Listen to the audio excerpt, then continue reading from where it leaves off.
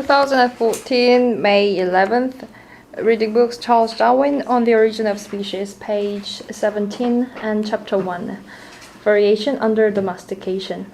Causes of variability, effects of habit, correlation of growth, inheritance, characters of domestic varieties, difficulty of distinguishing between varieties and species, origin of domestic varieties from one or more species, domestic pigeons, their differences and origin, principle of selection anciently followed, its effects, methodical and unconscious selection, unknown origin of our domestic productions, circumstances favorable to man's power of selection. When we look to the individuals of the same variety or subvariety of our older cultivated plants and animals, one of the first points which strikes us is that they generally differ much more from each other than do the individuals of any one species or variety in a state of nature.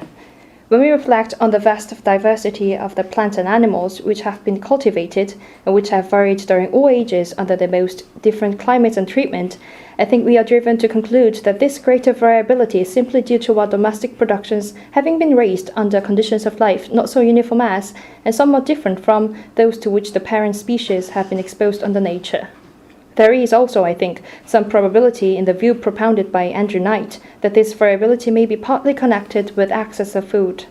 It seems pretty clear that organic beings must be exposed during several generations to the new conditions of life to cause any appreciable amount of variation.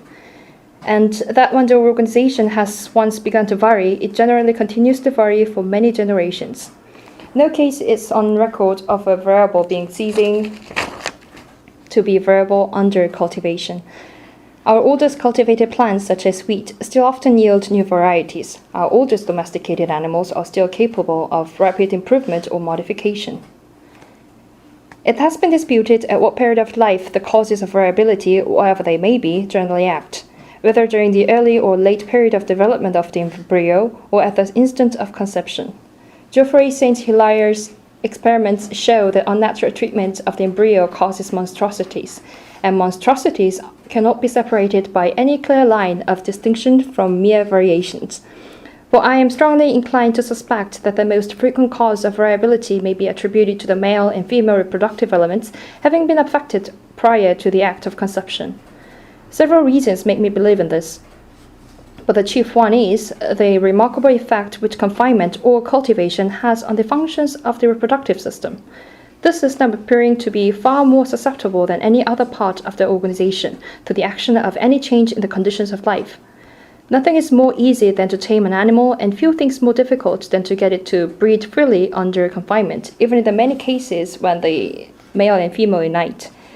How many animals there are which will not breed, though living long under not very close confinement in their native country? This is generally attributed to vitiated instincts. But how many cultivated plants display the utmost vigor and yet rarely or never seed? In some few such cases, it has been found out that very trifling changes, such as a little more or less water at some particular period of growth, will determine whether or not the plant sets a seed.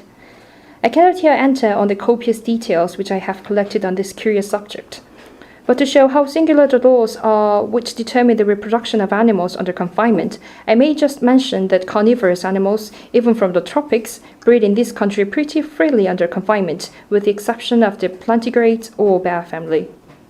Whereas carnivorous birds, with the rarest exceptions, hardly ever lay fertile eggs. Page 18.